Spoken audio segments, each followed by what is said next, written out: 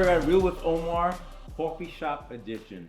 You know me, your host, owner of HR Capital, Hudson Realty Network, Luis Omar Figueroa. And today's special guest is Andy Weber. Andy is the owner of the Way Cafe on Castle Hill Avenue in the Bronx. Andy, welcome to the show. Hey Omar, thanks for having me. I feel like it's we're doing great this to be again. It's all good. I was looking for a coffee shop. I think we discussed it, but I don't know how long ago. When's the first time you saw me? Give me some context. I have a short-term memory, but I'm thinking sometime in the last 3 months. And we may have met before, but obviously... No, let's just go 3 months. So yeah. 3 months ago, I was in Soundview in my office, and I'm like, yo, I really want to get a cup of coffee right now. So I Googled, right? And this place came up. So I came, and when I came, I was super surprised. I was like, yo, this is really nice. This is really high quality. The food was clean. You have acai bowls. Acai bowls. You guys know what it is. Every week, acai bowls, Omar. And I was really excited, bro. I was like, wow, I felt like I discovered something.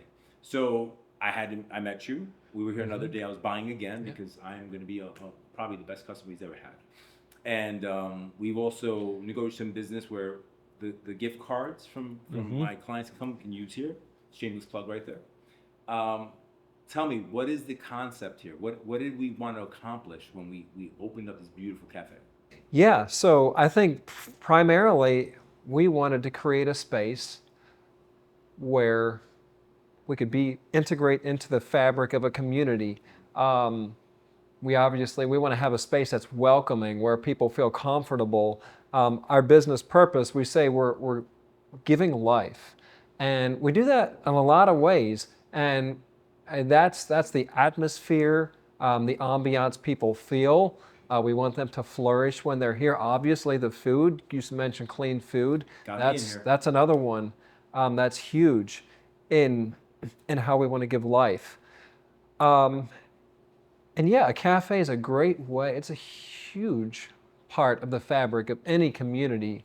And as an owner, we might sometimes feel pretty ordinary. There's hundreds of businesses up and down the avenue here. Mm-hmm. But then I just imagine for 2 minutes, what if there'd be another type of business? You put in the type of business that you want to put in your imagination. How would that change the block? And it's pretty huge.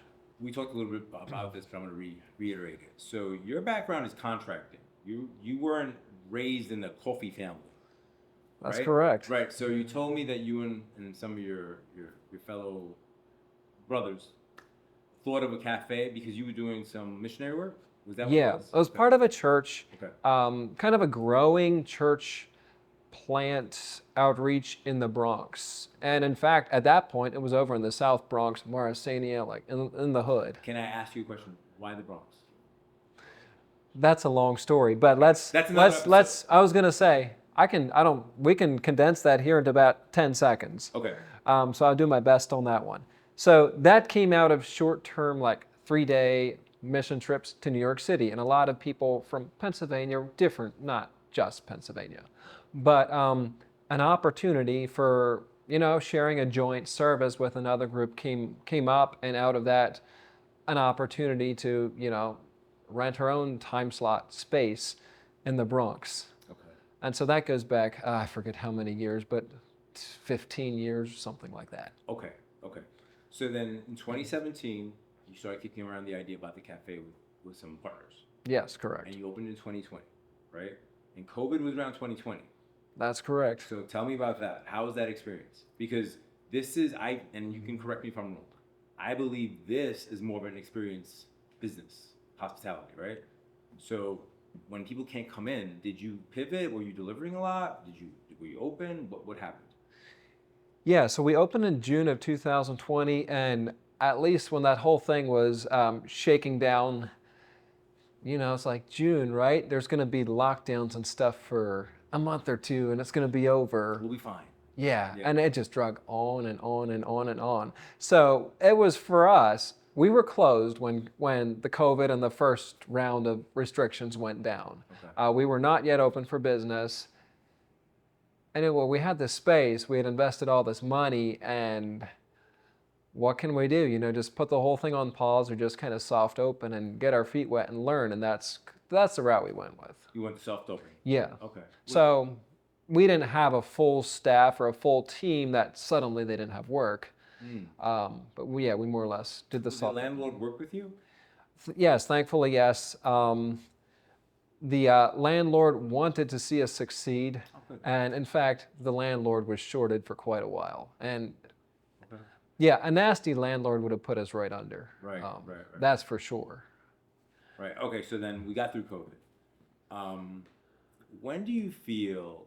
So you've been open about 6 years now, Correct. right? There has to be that year. There's that year where you feel like, oh shit, we're being embraced, right, by the community. Like you have your regulars, you start seeing that. What year was that for you?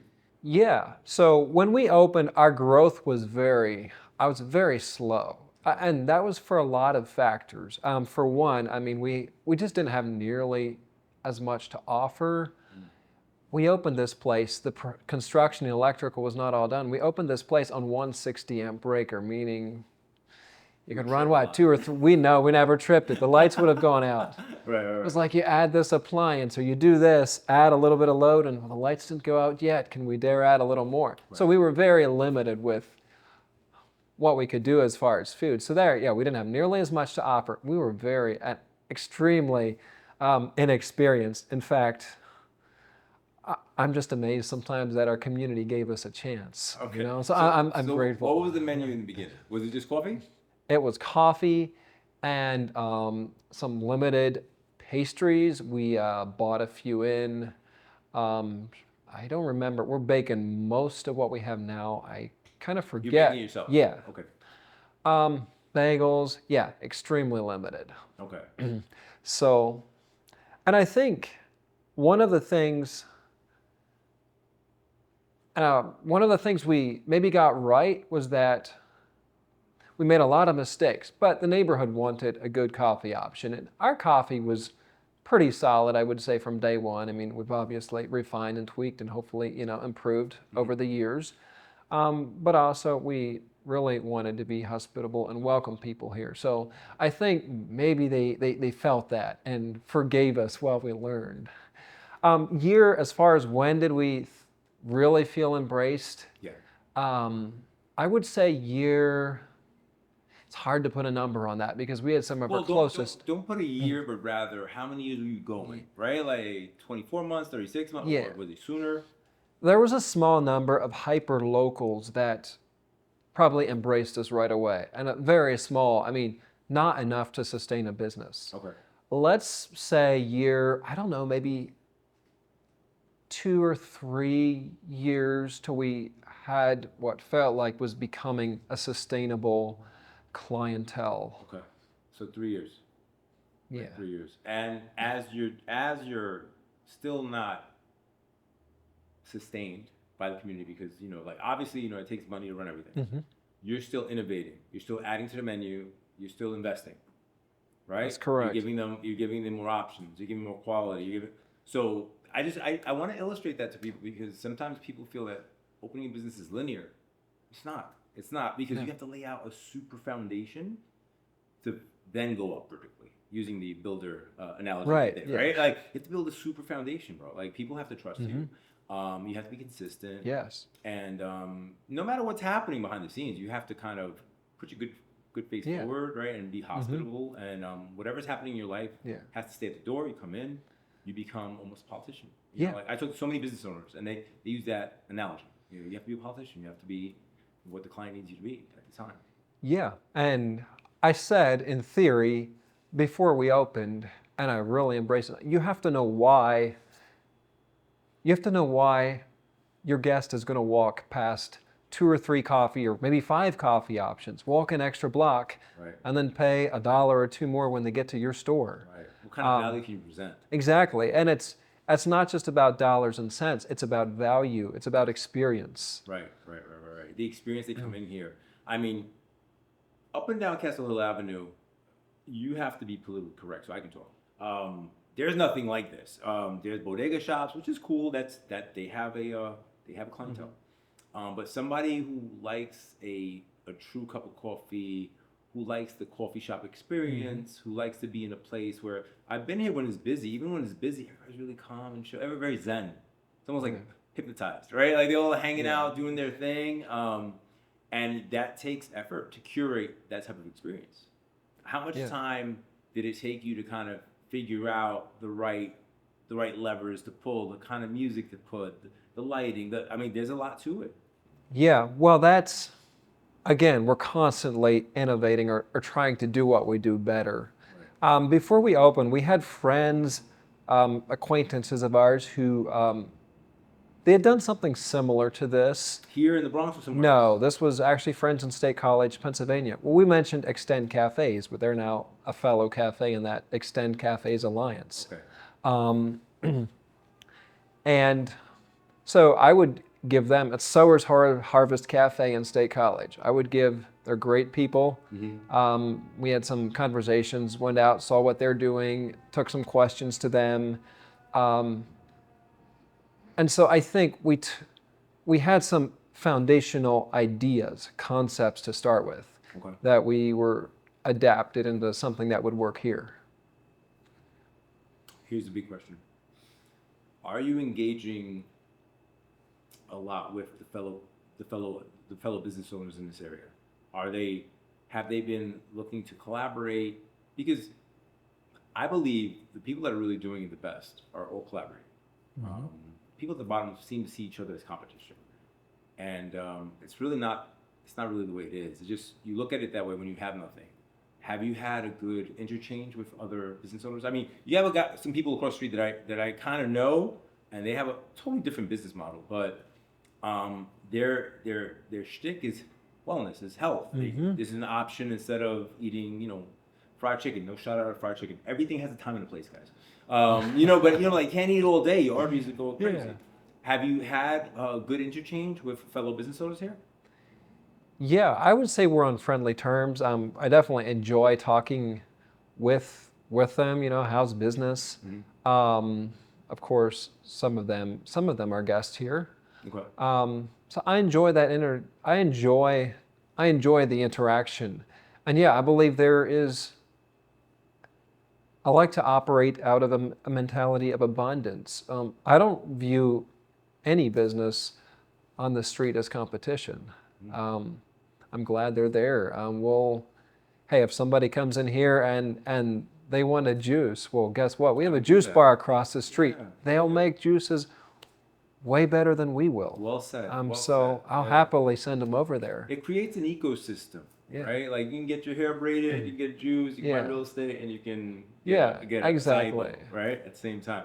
Well, that's hard for some people to understand because sometimes they feel you're stuck in your own world, right? And sometimes it takes a second to get objectivity and see things for what they are. And at the end of the day, business people want to do business with they know, like, and trust. And that aside, if the product is what they're looking for, most of the work is done already. So your goal is to have a product available to them that they're looking for, but then their experience is everything, right? They come in here, and that seals the deal. That makes them the Way Cafe people, like right there. They're like, oh, this is the place. This is the place. I see people doing work here sometimes. I see a lot of teachers here. I see a lot of different people here. What's most of your clientele? Do you know off the top of your head, like profession wise? Yeah, so we have 2 schools nearby. So yeah, there's teachers that are in and out. We have people that maybe some college students or people that are studying whatever they're studying that enjoy coming and studying occasionally, bringing their computer, doing that. And then there's a lot of working people that throughout the day they might grab lunch here. Maybe it's quick for here or to go.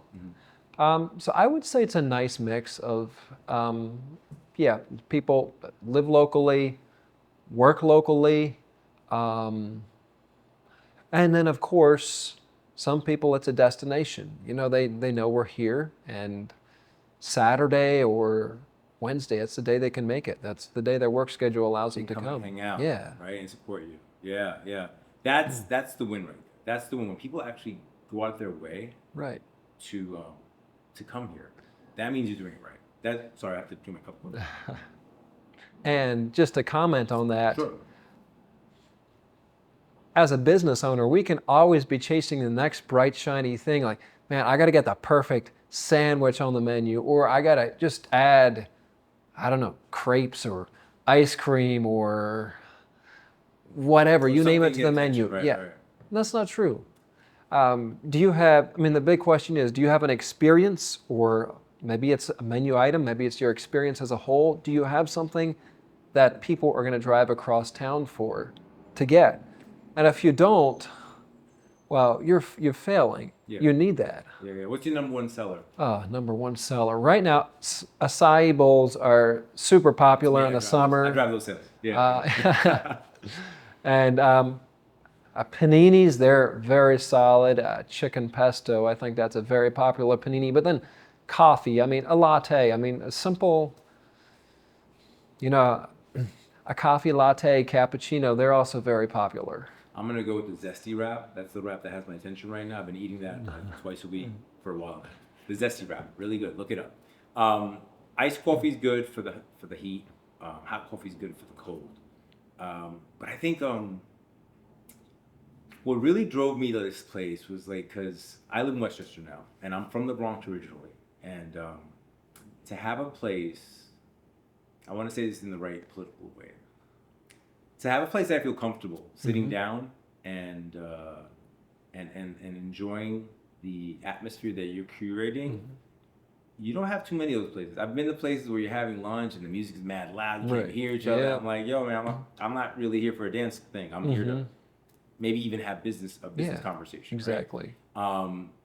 How much of that thought process was in it for you? Like, the question is, did you identify your client before you opened? Did you say these are the type of people who want to have come in here, or that was too far ahead?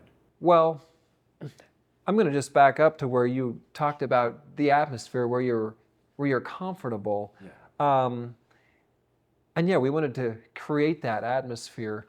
And well, I mean, I'm a person of faith, a Christian disciple of Jesus, and I believe one of the things we wanted to do was, create a space where people could feel served, could feel love, peace. We want to have personal service, where those relationships can happen, people can flourish. We're not going to put an ordering kiosk in here. People say AI is the future. Well, you're not going to come in here and order from an AI bot. That's wherever that's all going. Not on the menu. Yeah. It's not on the menu. Yeah, yeah. So I think just creating that where, there's a love for all of our fellow men, and where they can feel come to an environment that's life-giving. Yeah. So I think that's how we create that space. And yeah, I mean, we want this space to be a spot where anyone can feel comfortable, regardless of faith or ethnicity or whatever. This is a spot where all are welcome. So I noticed that you have most of the workers that are here all the time. How many people do you have employed? We're fairly small yet, one shift. And right now we have 6 on payroll plus A lot me. of people. I mean, and it's not that big a space. Not Right. Yeah, but you need to move a lot of units, right? You said that you hired some people. Some people travel. Yeah, that's correct. And how does that make you feel? The fact that they're willing to travel to work for you, that has to feel good. Yeah, well, so this goes down to a little further down in my notes I had. Let's go. Yeah, so, well, I don't know. So the financial guru Dave Ramsey, and if you will Google, Dave Ramsey. We're not going to talk about who it is. You look it up. Google Dave Ramsey restaurant. You're going to get this result pretty soon. The number one way to go broke is open a restaurant. The restaurant industry is the highest failure rate of just about anything. The average turnover, this was also something he said, is 300% a year. And that's just like you're replacing your whole team every 4 months. Wow. And I push the restaurant business is tough. There is a high failure rate. There's a lot of things wrong in a lot of restaurants. There's small shops. There's HR compliance issues. There's profitability struggles. There's poor accounting. They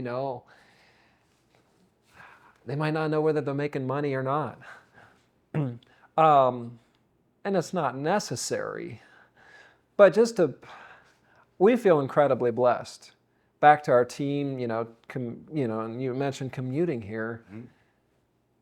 In our small team, our turnover rate for last year was 0. That's beautiful. In the last 2 years, I didn't figure up the percentage, but it was less than 50% in the last 2 years.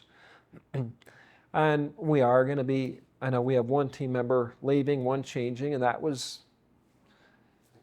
I'm thankful they're not leaving because they were unhappy here. It was just, it's life. Life happens, and Right. our lives move on and take different things, or different stages of life change. Well, you mentioned something that I want to ask about. Sometimes you said that certain restaurants, they don't get it right. Now, what exactly do you mean by that? I'm not talking about accounting. I think the numbers are the numbers. Right. The premise, like the concept. What is one thing that you've seen in a different restaurant that you may have seen, I wouldn't have done it that way. I would have done it this way. Have you had that? Because a lot of my friends tell me that every 5 or 6 years you have to redesign your restaurant to kind of keep people interested. Is that accurate, or is that? I think there's truth to that for sure. I mean, just this varies so much. This is a very small part of our menu. We do quarterly specials. Some do oftener than that. So that's definitely, having something new keeps people engaged. Back to that, where some restaurants don't get it right. Will Guidara mentions in his book, Unreasonable Hospitality, that there are people that are restaurant smart. We might want to go. We might want to open a restaurant. We see this community. We just want to go out there. We want to make them coffee. We want to make them feel good. We want to serve them. And that's great. You've got to have that in a restaurant, but you've also got to be business smart. And to be successful and sustainable in the long run, you've got to bring restaurant smart, people smart, and business smart together. You have to have all the education. Exactly. And not just school education, balance sheets, and things like that. You have to have emotional intelligence. Right. You have to, yeah, absolutely. I agree with that. Here's a question that's kind of personal. Maybe not for you and your community, but for me and many entrepreneurs that I kind of interview. Sometimes there's a lack of support within the closest to you. Did you have any experience like that, or was your closest circle the most supportive? There's a saying, Right. Strangers will support you before your friends will. I don't know if you've seen it on social media, but that is the thing, especially from people that come from the inner city. You're coming from Pennsylvania, you have a different culture, maybe different experience. I was interviewing somebody else last week, and he was saying that sometimes it's the ones the closest to you that they give you the hardest time. So what's your experience with that? And there's truth to that. That right, there's the people closest to us. They can see it. They can see the flat spots. They can see maybe your business plan isn't perfect, or maybe there's none at all.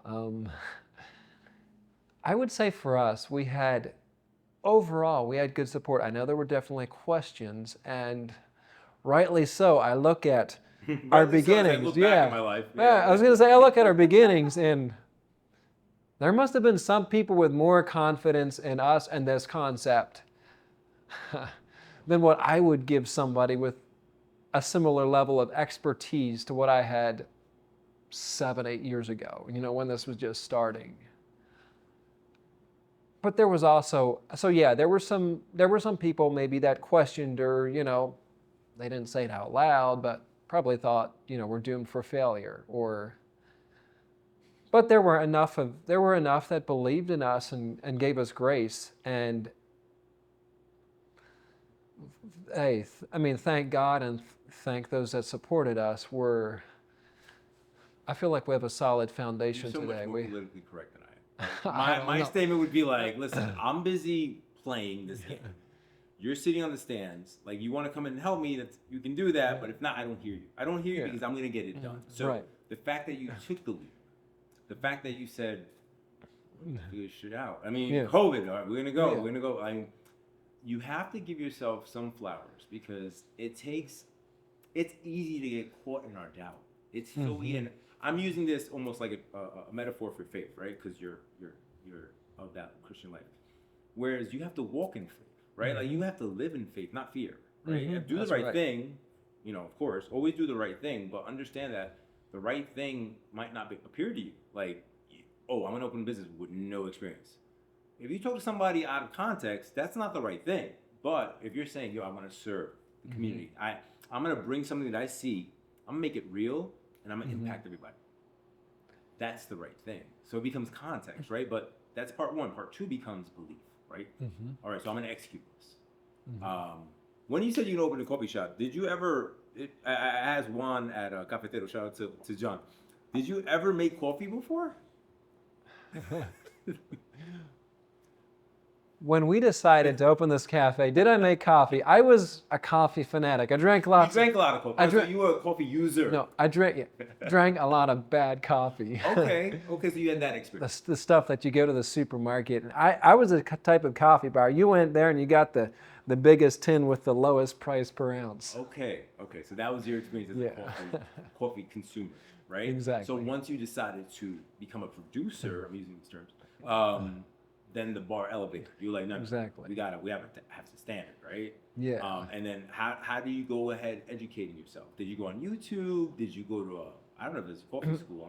I might be sounding ridiculous right now, but are there things like that? Or how did you start becoming well versed in it? Yeah, there's so many options there. So in our process of opening, put it this way, we learned a lot, and from the time of concept until the actual opening date was quite some time in there. And in that time, I was trying to educate myself. Once we got a little further along, purchase equipment. And Start brewing. yeah, exactly. So yeah, like we had our espresso machine and grinder for quite some time before the shop opened. I had it set up in the apartment. Okay. And yeah, it was YouTube. It was practicing myself. Making lattes, steaming that milk, and just learning. I'm gonna get really geeky now. So what constitutes a good cappuccino? Like, break it down so people can feel educated. Like the grind, like does it have to be thinner? Like I don't know. I'm just talking shit right now. So what makes a good cappuccino? Of course, everything's subjective, but your opinion. Exactly. Well, the foundation of a good cappuccino is good coffee, of course, and good milk. Okay. Well, so if you have good coffee, which was obviously it was grown, it was sourced, processed, dried, roasted well. Where we start with the coffee, we buy our coffee in, so we want to source that coffee well. So we want to have our grind set right, that espresso shot is pulling and extracting. Well, there's different compounds in a coffee, in a bean of coffee, and so your goal is to extract it where you're pulling the best blend of the good flavors. And letting the bad stuff, letting the bad stuff in there. That's a very rough concept. Okay. So we want to get a well-extracted shot of espresso. And if you have a great milk, a barista that knows how to steam it right to get the right texture. It's really the actual motions of pulling a good espresso once your machine is dialed in is very simple. But you have to know how to dial it. Right, but you obviously have to have somebody that has the expertise to get your equipment set up. Okay. And you did all those reps in your apartment? So yeah, I learned. Okay. Yeah, I mean, look, we all learn somewhere, right? So before we opened, we went down to a coffee lab, just took a crash course. Me and a few of the baristas that were going to be here on opening day. How many baristas do you have now? We have a team of few part-time, 6 on payroll, and most, but not all, would rotate and be a barista a shift or two a week. And of course, we have other positions that need to be filled. We've got food here, so we've got to build sandwiches. We've got to wash dishes. We've got to, do all those. He's a chef? Oh, yeah, Philip there. Philip, yeah. shout out to Philip. He would be a manager here. Okay. So what title would I give him? Let's call it general manager. Yeah. He also does, I end up out a little more or back office a little more than I used to in the beginning days. So he's on the floor a lot. He does great with, maybe a little more HR relationships, knowing what's going on the team. He's always got a step ahead of me on the He's pulse. pulse on So on the yeah, team, right? exactly. And I mean, so does he cook or no? Somebody else Yeah, cook? yeah, Or he can do he'll do whatever. some. Yeah, He can do he whatever. he knows how to do Okay. about everything. Okay. And the tech that you use, people do orders online. Who educated you on that? Did you do that or? Yeah, that was me, I guess. That was all you? Yeah. Okay. No. Listen, Yeah. these are components. So look, the conversation obviously is for me to get to know you a little better, but also people see the end result. People see, oh, this is beautiful. Yeah. Oh, this is not, oh, there's free Wi-Fi. But yo, bro, there's a lot of thought that goes into systems and processes to make your experience smooth. Yeah. Right? And that's what I'm trying to illuminate a little bit. I was a type of thing maybe that I think, even when I cook, I know I've cooked, I've developed recipes, but I'm always thinking more like, I don't know, like a mechanic or diagnostics. What's going on here? How can we improve this? Is there a component that's not functioning quite right? And I think that way in our food, or say even in the tech that we use. And we're using, right now for our point of sale, we're with Square, and that's. I've seen it, yeah. Yeah. I've used it. Oh, you have? Yeah, okay. that's why I bring it Right. up, because I know guys with much larger organizations that don't have, or they just don't have the tech. They didn't have the tech set up at a moment, and it really hinders your business, right? Like, especially during COVID, if you were good with tech, you get orders out quick, Right. and people not coming in. So it doesn't matter about, there's no human space. So, and some flourished, and some took a beating. Some took a real beating, and it exposed the weaknesses in the business. And so I talk about that to you because I'm an end user of your product, and I'm bringing this conversation to you, and I want to give you the experiences that I've had, so that you can take it as feedback, so that you can be like, oh, okay, all right, that's good or that's not good. I mean, I don't have anything that's not good, so don't worry about that. But yeah, in the beginning, I had to I remember one time I was like, oh, I'm gonna order, because parking is tough sometimes, right? So I'm like, well, if I order ahead, I can pop out. So I did it at Square, and then I came, it was ready. It was a great experience. Like, you know what I'm saying? So Good. yeah, but when I say that because it's important. Like, in my industry, not to give a parallelism, availability and responsiveness is everything. Forget everything else about money. Just forget everything else. Just forget that. Think about this. In my business, it's usually the biggest financial investment ever. Right? So they need, and it's very emotional, right? Because you got, you put any money on, like, is it going to happen? Is it not going to happen? Like, there's so many things that happen in a deal. The secret to my business is simply, your client should never know about the 10 things you had to adjust on the way to the deal, to closing. They should just show up, right? And that's hard because, like, you're adjusting. And with me, I'm dealing with multiple professional parties, everybody jockeying for their client's position, right? So it's not like we're all together. There's a few guys together, but there's people on the other side sometimes. So we have to kind of professionally interact, right? And it's, anything that can go wrong will go wrong, and you just have to adjust with it. So I say that on my side, that's important. On your side, when you come in, the place is beautiful, clean, serene, beautiful places to sit. I remember one time I was here, and she's like, do you want to sit? Because the bench was open. And I was like, you know what, let me sit down, right? Because if I'm at the office, I'm eating in front of the screen. I'm not really eating. I'm really just consuming. Yep. Here, I can actually unplug and just eat and take like 10, 15 minutes to myself. And that's big. It's big, especially if you're a high performer and you're always on the go-go. Because your head is, using a computer, like, you're all over the place. So creating a space like this is incredible, especially for somebody in my profession that when they're at work, they're just at work. It just doesn't matter. When I take meetings, I don't take them in my office on purpose because my computer's there. Because I can talk to you and I see something come up and I automatically look, and it's impersonal and it's not respectful of your time. So I make sure I go downstairs to the conference room where I don't have access to my electronics. My way of giving a good experience. Your way of giving good experience is having good food, good place, good ambiance, and good people, right? Because everybody's really friendly, bro. Like, is that when you hire somebody, you got to smile? Is that something you say? Well, we've had a lot of people, they might come, I'm the best barista from Oh, so wherever. I had. Yeah, we hire, and I'm big on this. You've got to hire for values. You can train the skills. Okay. So, That's a bar. Flip that. Right? No, seriously. That's good. Yeah.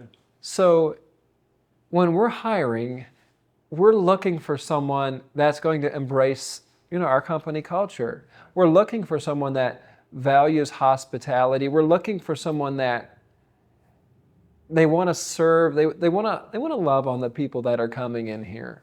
That's a big statement. And is that on your questionnaire, or is it an energy vibe thing?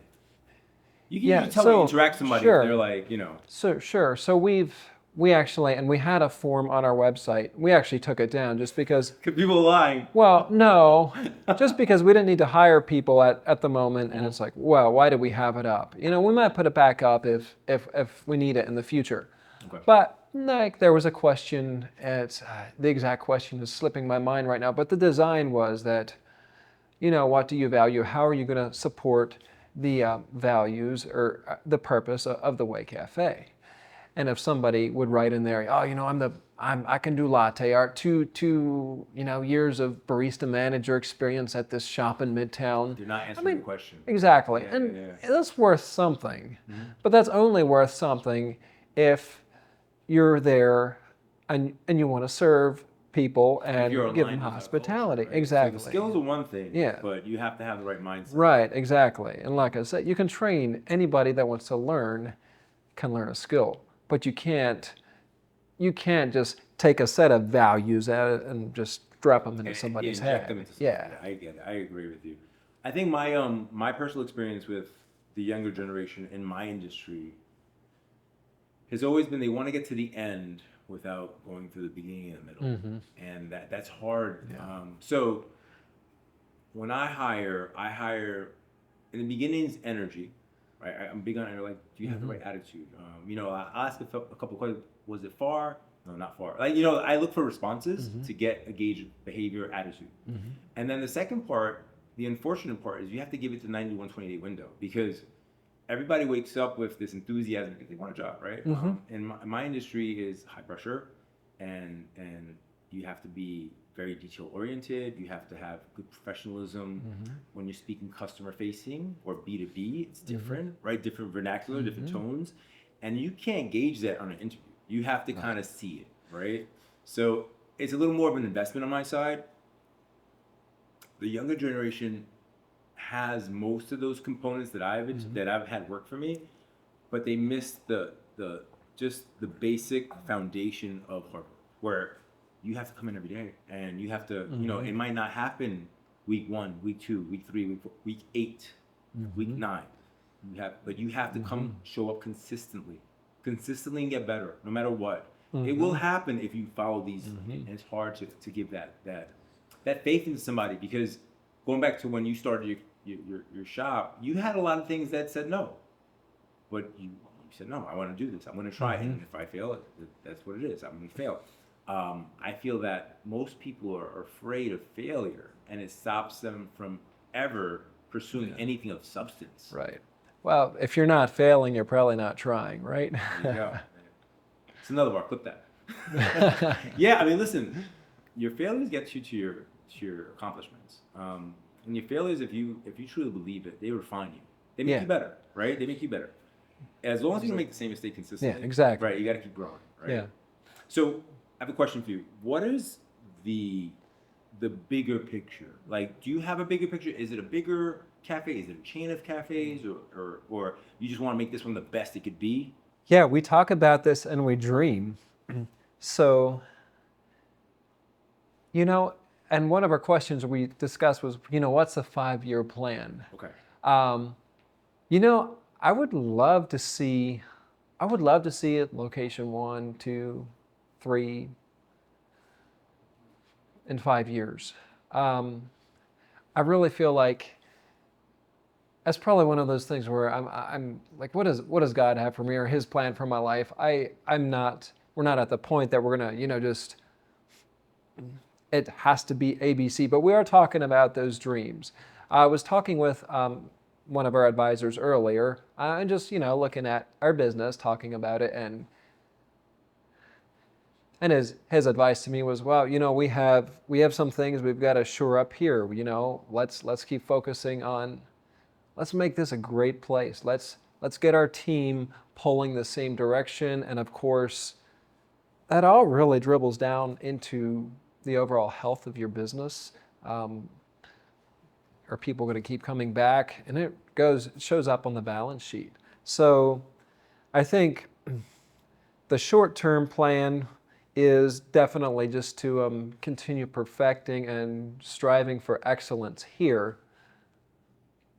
But I do definitely, growth is definitely not out of my mind. In fact, it's very much in my mind, yes. Right, so you want to refine this, perfect this, and then you can take the processes and things like that and replicate them, right? So you want to take the model that is perfect and replicate it other places.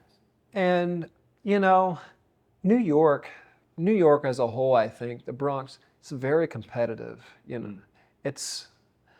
There's a lot of forces. I mean, it's expensive, and there's a lot of things, at least in food service. You've got to have it just right. If you want to give value to your guests, if you want to have the resources to treat your team well, to pour into them, and of course, our community I love our community. We're not, put it this way, we're not in the most affluent part of New York City, so we want to remain accessible to our local community as well. So just to get that balance, it takes a lot of work. It doesn't happen automatically. I'm thinking about like 3 circles, and in the middle is a circle, right? Right. Yes, exactly. Get a little bit in each, right, and have it. Yeah, absolutely, man. I think you lead with value. I think that's what attracted me here, and if that's the type of client, I know what kind of client I am. So I'm a spender, guys. Yeah. People who know me know I'm a spender. So I'm like, yeah, man, if it's a good place, you want to support it because you want to be here. You want to be here for everyone, not just for yourself. And I feel that if everybody knew, and this is the reason for the episode, right? So more people to know about this place and know the theory and the concept behind it, because once they understand it and they become aware of it, they're going to show up. I think they're going to show up. And it's been huge, even the last 2 years. Like, just the awareness is definitely growing, and the regulars. A lot of people find us on Google too, because I guess thankfully Google thinks we're a good place to come for coffee in the neighborhood. Listen, we've been here for a little bit, and we're in the cafe right now, and he's closed on Mondays. And there's at least been 4 or 5 people at the door, like trying to get in, but at least they're not banging, because that would have messed up and disrupted the conversation a little bit. Why close Mondays? You just wanted to have a day off? Yeah. So it comes. Well, yeah. I guess that's a short answer. Although there's a long answer behind it. Okay. So, first off, we're going to be here. We're not going to be here 24 hours. Part of the value of something is, how hard is it to get? There's a little bit of a scarcity factor there, and that's part of it. But at this point, and in the last few years, part of it was just personal with family and just trying to keep that day. Like Monday, we know and our team has that. Monday, that's your day. You can spend with your family. You can go to the park. You can schedule a doctor appointment. Really, whatever you got to do. Right. So yeah, that was definitely part of being closed Monday. And the other thing is, the fast food chains, which is the big freight train that nobody's stopping. We know that chicken place, Chick-fil-A, right? All their signs say closed Sundays. Right. And so everybody adjust their schedule accordingly. Yeah. If you have a product, well, I think we have more than a product here. But you have an experience. Yeah, absolutely. People will plan their schedules around that.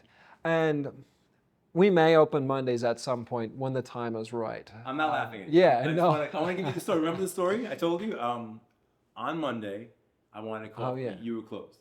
So I went all the way up. I don't want to get sued, so we're not going to name where I went. But I went up Castle Hill. Yeah. And I had Googled it. It was the only other coffee spot. And it wasn't like it was like They sold a lot of donuts. It wasn't like Dunkin' Donuts. It was just like a spot. They sold a lot of sweets and coffee. And the guy, he recognized me. He goes, "Hey, you want to buy anything else?"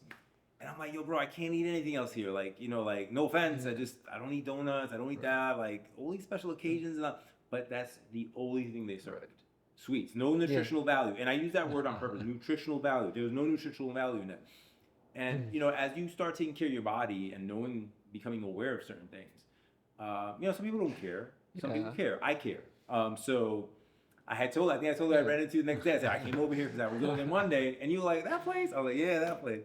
I don't remember that conversation. I thought it was. I remember the conversation. Yeah. I forget the exact place. Yeah, we don't want to name it. Yeah, we don't want to smoke. But yeah, it was funny. And going back to scarcity, right? I was like, "Oh shit! All right, so they're closed Monday, so I gotta make coffee at home. I gotta bring a truck in my coffee at home or have it at the office, which is regular, and know that I can't come out because for somebody like me, I run like is it 10-hour days? 9 a.m. to 7 p.m. Yeah. It's about 10-hour days. Mm-hmm. Breaking up the day for me is important because I'm behind the screen. I don't see the sun. Yeah. I'm in the office, so I use it as a good break. And I'm only stating this so that people that are kind of in my situation maybe look at it different. Oh shit, maybe I'll go over there. I'll have coffee. I'll get my mind right. I'll get depugged, unplugged for a second, or maybe they're having a bad moment. They have to change their perception. They have to change what they're focusing on, and that's I'm giving people different mental habits they can develop to help them become more high producers because there's a psychology to all of it. There's a psychology to business. There's a psychology of looking at things all perspective. Yeah. And I'm gonna drop this bar where it's your beliefs that shape your experience or your perception of things which shape your reality, right? Mm-hmm. So that you have to know your beliefs and see the way you're engaging with the world, right? Sometimes you have certain people. We look at the same thing. We see two different things, right? Some people might be more negative. Other people are more positive. Some people feel that they're being oblivious, and it's not oblivious. It's just focusing on what you want. What do you think about that? Well, you said people might be more negative, more positive. Reminds me back in the early days, like I'm gonna say year 1 to, I forget where the change was. Let's say year 1 to year 3. Here, at this point. Okay. And I used to be the type where business is tough and things are slow, and like jokingly say, "Hey, let's roll everything out. Let's put a for sale sign on. Let's sell all the equipment, close your business." I thought in my head, like, a joke. Like, I'm sure the team knows I'm joking. Well, maybe they did know I'm joking, but that mentality, even if you're saying it in fun, that has an effect. It's not exactly. No offense, Andy. No, You're my guest. No. No, I've shared this story in another setting as well. Okay. But some of it was through good friends of mine, through some books I've read, and other inputs in my life. I came to the realization that no, everybody, they want to rally around somebody that's positive. Let's not dream about closing up shop here. Let's dream about the opportunities out there, because our people, they want to be part of a cause that's going forward. They want to be part of something alive, something that's growing, and something where there's a future.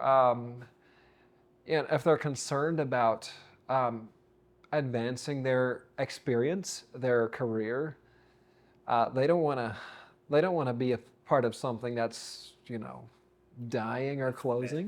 That's such a lesson for you, because at that moment you understood, first of all, there's the pressure of performing, right? Being successful. But then also, I said this the other day, leadership is not like a cool thing, it's a responsibility. So you had to reach, and I picked the part what you were saying, because you were still reading, you were still trying to expand your mind, because you're like, you're still trying to grow, but then you had whatever realization you had, and you're like, oh shit, yeah. No, that's not who they need. This is not the version of Andy they need. Yeah. They need this Andy. So what was the turning point? What was the turning point? Like, where did you say, all right, I'm gonna stop doing that? Or was it that clear, or it was just? There was. I mean, it happened gradually.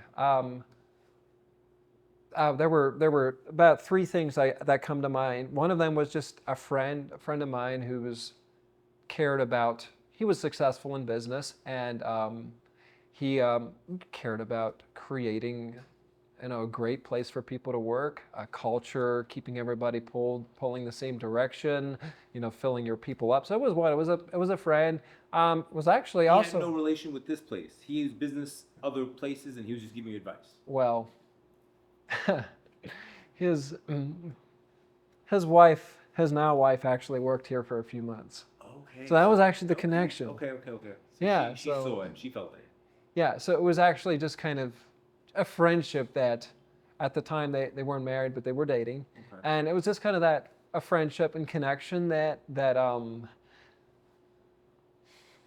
yeah, just sharing together. And I think I did the receiving. I was younger, less experience, and You're fighting your own doubts. Because when you're fighting day to day, I use Yeah. hand-to-hand combat as the Yeah. analogy. You're in here hand-to-hand combat. Sometimes it's hard to see the vision, right? Yeah. But you got to find ways to unplug and kind of say, hey, like I do this myself. Sometimes Yeah. I'm like, there's all times, we all have times when like we might be down for whatever reason, Right. maybe emotional, maybe a death in the family, whatever. Yeah. But you got to take a second, take stock of where you're at. Like, Yeah. yo, man, 5 years ago, I thought about opening this place. Yeah. And now I'm open. And now I have 6 people that work for me. And and I'm not doing this on purpose, but Yeah. I have people want to interview me about such a fucking Yeah. great experience I've had here, right? Think about that. Build that in your head just when those days come and like, okay, I am moving. And remember, success is not linear, right? It's No. right, it's up and down. Yeah, up and So that down was for one sure. story. So you have 2 more. Yeah. So another one was a mention. I think it was a pastor in some sermon was mentioned. There was a thought, but basically the thought was, look where people gravitate to. Are they going to gravitate to the guy that's business is tough, taxes are high, rent's expensive, people aren't coming? No matter how strong the economy is, if you go to walk up and through the local businesses here, you're going to find people that say the economy is down. I don't care what the economy is doing. Absolutely. There's nothing to do with you. Because if you get Exactly. the right experience, people, they make you a priority. So if you're here, if you know why you're in business and you're here to serve and to add value, your numbers will probably be going up when the status quo is going When down. the rest of the economy is Yeah. like, what's happening? Exactly. Yeah. Because if the economy shrinks, people are more conscious about where they do put their money. Right. And so if you can be that place that they're going to be the last to cut out, you can grow when the status quo is shrinking. Jim Rohn says, you know who Jim Rohn is? Yeah, well, not extensively. Well, I'll send you some stuff. But Jim Rohn says the market pays you for your value, not for your time, not for your value. What value do you present to the market? Because the more value you present, the more you. And that's really that's kind of how he's one of like my. I never met him, but my core principles is his thought process. Right? He was Tony Robbins' coach. Okay. And like that, when I started listening to him, it changed my life because I've always believed these things, but I come from a very, tough part of the Bronx, and my family was very immigrant, so they didn't believe in any of this stuff. They just wanted to get by. Like that, the status quo of life for them was get by, go to school, get by, get a job. That's it. That was it. That was the highest they thought. No offense to them, but when you look at where people come from, you kind of understand why their thought process is that way, right? Very so true. then, I was always different, and I was always kind of like the outlier, and I would always pursue. I would pursue knowledge. I would pursue knowledge in different ways. I went to college. I did this. I did that. But it was never enough. It was also the biggest education for me was also interaction with people, right? People of high net worth, people of low net worth, it doesn't matter. There's always some value to extract in an interchange, right?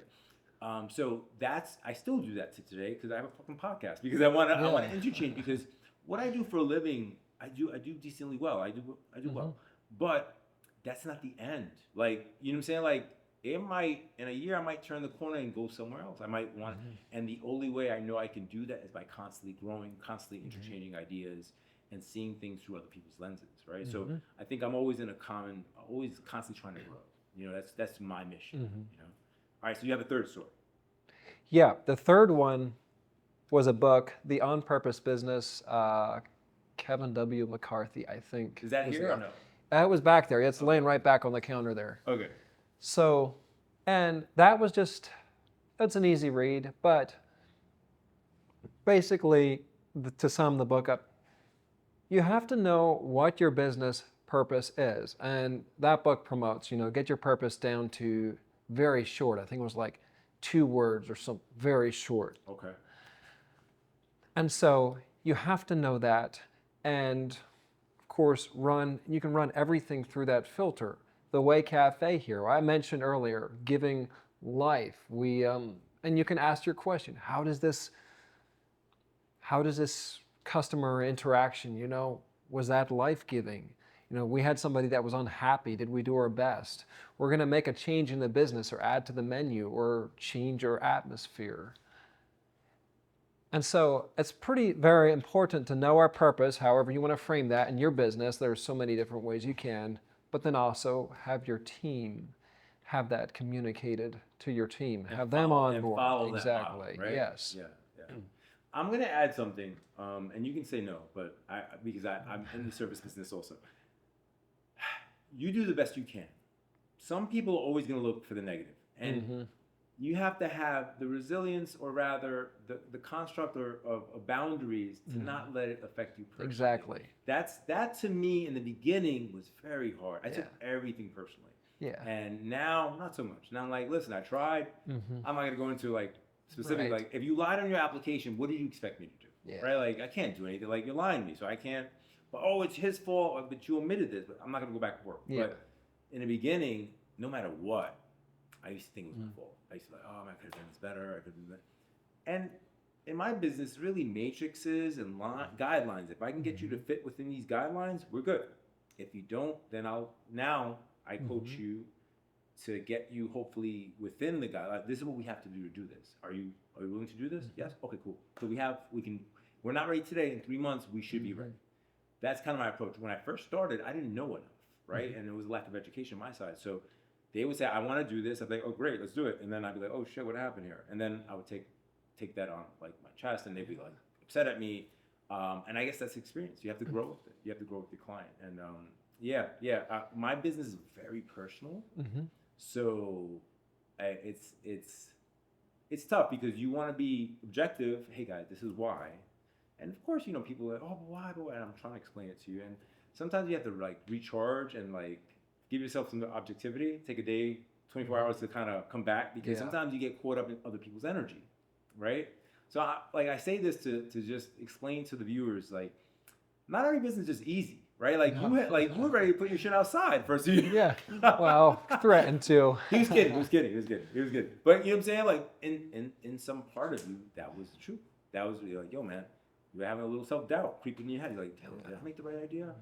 But then you buckled down, you made it happen, and you continued to grow, and you got good counsel from people that are, giving you really objective opinions, and you transcended. And I'm proud of you. I'm proud of you. In a lot of ways, it's we want it to be. We don't do this perfectly, but we want it to be a way that we can live out our faith and honor Jesus and share His love and show God's love to everybody that's here. Loving your fellow man. Yes. I think everything is relationships. I think, like you mentioned before, I've had people drive out by 15 other real estate brokers to come to work with me. Why? And I've had people actually come into the office, have an offer from someone else, but that person was out of state. And their attorney was like, hey, speak to Omar, he's a good guy, he'll tell you. And I've come downstairs and say, hey, this is a good offer. I would take this offer. And they'd be like, well, can you do it? And I'm like, yeah, I could do it, but we already have an offer. He's like, yeah, but you're here. And if I have an issue, I like the fact that you're here. And that's the human connection. And that's a relationship that you cannot replace that on the phone. And there's certain things, you can't meet everybody in person. That's the whole purpose of social media. But when it comes to like people having doubt or having some sort of fear, having somebody in their corner is very, very big. Here, I believe you have a very inviting energy, right? And the people were really, really nice. I don't say that because we're on camera. I say they're really nice, and I think that was your mission, right? Your mission was to have an inviting place for people to come and just be. right? Just be, and have good food, have good coffee, whatever. If you're presenting value, the money's gonna come, right? The money's gonna come. Like this is my place now. I'm like, my wife was asking me yesterday. She's gonna come here in June. How far am I? I think I'm gonna get the exact thing. I think I'm 10 blocks away. I think I'm 4 blocks that way, 5 blocks that way. I'm not sure. I'm gonna count when I go back to the office, but it's not far for a good experience, right? And it's not to say before I found this place, I went up and down Soundview, all the way to the water and back. Not one coffee shop. I'm like, what the hell's going on here, man? There's a pizza shop, there's this, but there's no coffee shop. But when I got here, and the reason we're here today on Real With Omar is because the experience is so good, and I'm grateful for that because I've had bad experiences. So I have a metric, I have a measuring tape, right? What about you? Was the coffee shop was just a vessel to bring people in to feel community? Am I correct? Yeah. Okay. And one of the questions you'd asked me here ahead of time was what, I think the way you framed it was, what are some of your proudest moments or something like that? Sorry, yeah. So, and I was thinking like, what can I think about one specific moment where I'm like, I didn't think of any one specific moment, but maybe a compilation of, we've had people, just where I was as really maybe humbling to think about people coming in times of maybe they're on a spiritual journey, maybe their family member just died, or them or a close friend of theirs was diagnosed with cancer. That life-changing. Yes, exactly. And so, and I think about, why sometimes someone will come in, well, what? Somebody just had their car stolen. They came in. I think we have hard things we want to share with somebody, and we've had people that have come in just to experience a relationship or to share that here. That's big. And that's big. And I think about it. I'm really that you should be proud of that. Yeah. So that makes me very. I'm grateful that they would do that. That's big, man, because people are very shielded, right? And to give people a place to feel safe, that's big. That's really big. Yeah, and I've been not in the cafe interacting with guests as much as at day one, but then I look at how our team, or some of the relationships that come from our team members doing that, and that makes me really happy just to see them serving, and as an owner and a leader, even if I have to pull back from making the coffee, it's so important to continue to to grow and to try to pour value into our team so that they can grow as people themselves, but also that they have something to give to our guests. Right, so their cup runneth over to help fill the next man's cup or next woman's cup, right? I understand that concept. It's a grand concept. The thing is that as a leader, sometimes you have to be around other leaders and have those conversations. Like, I have a really, really good friend of mine, really successful, much more successful than me. And we've had some deep conversations, and he's like, he cherishes the conversation because for his employees, he has to be somebody. For his wife and his kids, he has to be somebody. But around me, he feels like we're peers, and we can just, what do you think about it? Like really just not be judged, because he knows that I'm in the hand-to-hand combat as well. I use that metaphor all the time. Like, I'm out there with him, right? We're out fighting different wars, but we're there. And I think that's incredibly special. And there's been a proliferation of, I see more and more of this, of groups coming together because, men, especially the generation before me, were taught to internalize everything. And even I was, right? I'm just a more, what do you call it? A refined or what's the term with Leonardo da Vinci? It'll come to me. Anyway, I'm okay with, feeling, and I'm okay with expression, and I'm okay with discussing thoughts. Whereas the generation before me they were not okay, and that's why they drank themselves to death. And that's like there were so many things that were like destroying men because they didn't know how to articulate anything. So you giving people, man or woman, doesn't matter, a space to feel comfortable is the fucking value, excuse my language, above everything. That is the value. The value is like, forget it, I'll spend $1,000 here if I can hang out here. Like it doesn't matter, right? That becomes that. It becomes that. And that is awesome. That is awesome. That is, I think, what the Way Cafe represents to me. You created a like almost like an oasis within the metropolitan jungle, to use big words. Yeah. You talking about oasis brought another quote to mind. Sure. Well, not a quote, but an experience, again, from the Yellow Book by Will Guidara. He talks, I wrote this down somewhere here. See if I can find it. So, here it is. When a restaurant is intentional enough in creating the conditions for a genuine connection, they have the capacity to put the world on pause for the people in their world. And that's by Will Guidara, who's author of Unreasonable Hospitality. But, yeah, and you talked about an oasis. I mean, we hear people coming in, like, I don't feel like I'm in the Bronx anymore. Yes. And I guess that's the way we want them to feel. Yes. Because that's part of the intention of creating the oasis is, well, people, we can tend to try to drown our problems out by, you fill in the blank. It could be anything. You mentioned drinking yourself to death or, sports, drugs, noise, just fun stuff.